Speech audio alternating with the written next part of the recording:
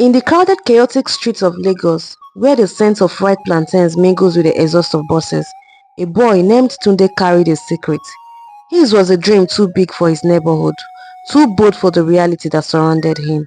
He wanted to be a footballer, but in Ajegunle, where the dreams of most boys were crushed by poverty and limited opportunities, the idea of rising from the dust was an elusive fantasy. Tunde's life was nothing like the glamour of the football stars he idolized. His mother Ngozi worked tirelessly, selling akara by the roadside, her hands forever stained with oil. She was a woman who had learned to survive, but never to hope. Yet she saw something in her son's eyes, something deeper than a boy's childish yearning for fame. There was a fire in Tunde, a fire that could burn through the walls of his circumstances. Still, she had doubts. Dreams, especially big ones, could break you, and in this harsh world, failure had a way of lingering longer than success. The day the news spread like wildfire across the slums of Lagos, the city seemed to hold its breath. A European scout, a man with the power to transform the life of any boy, was coming to the city for trials. To Tunde, it felt like destiny knocking at his door, but his mind raced with thoughts of what was waiting for him. What if he wasn't good enough? What if in a sea of talented boys he was the one who faded into the background? There was no money for the trials, not for a boy like him. His mother sold the last of her stock, giving everything she had for the promise of one chance. It wasn't just the price of the trip that weighed on her heart, it was the risk. What if this is just another disappointment? She whispered to herself as she handed over the money.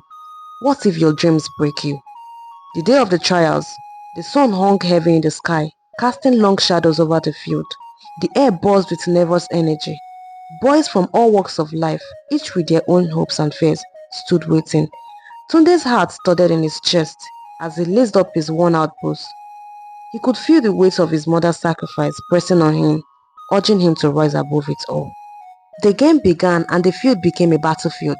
Tunde's feet moved like lightning, but it wasn't just the skill that separated him, it was the hunger. The hunger that came from knowing that this might be his one and only chance. His every move was a message to the scout: I am not here to play, I am here to win. But in the midst of the game, as Tunde swept past a defender, something went wrong. His ankle twisted painfully, the crack echoed through his mind, and for a moment the world seemed to stop. The crowd around him grew distant, muffled by the pounding in his head. This is it. This is how it ends. He collapsed to the ground, clutching his leg. The scout's eyes moved away from him, scanning the field for other talents. But Tunde didn't get up, not right away. The ironic twist of fate stung. Just when he had believed, truly believed that his moment had arrived, it seemed to slip through his fingers like sand. The agony of his injury was nothing compared to the weight of his failed dream. The feeling of never being enough. Was this his end? Was this how his story would be told?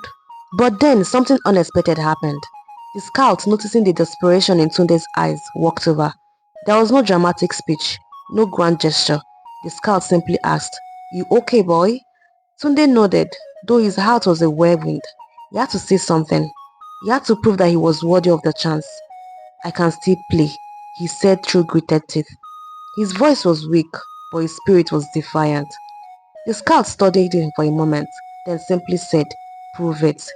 With every ounce of strength he had, Tunde stood, limping but determined. His next few minutes on the field were a blur of sweat and grit. Every move felt like it might be his last, but he poured his soul into it.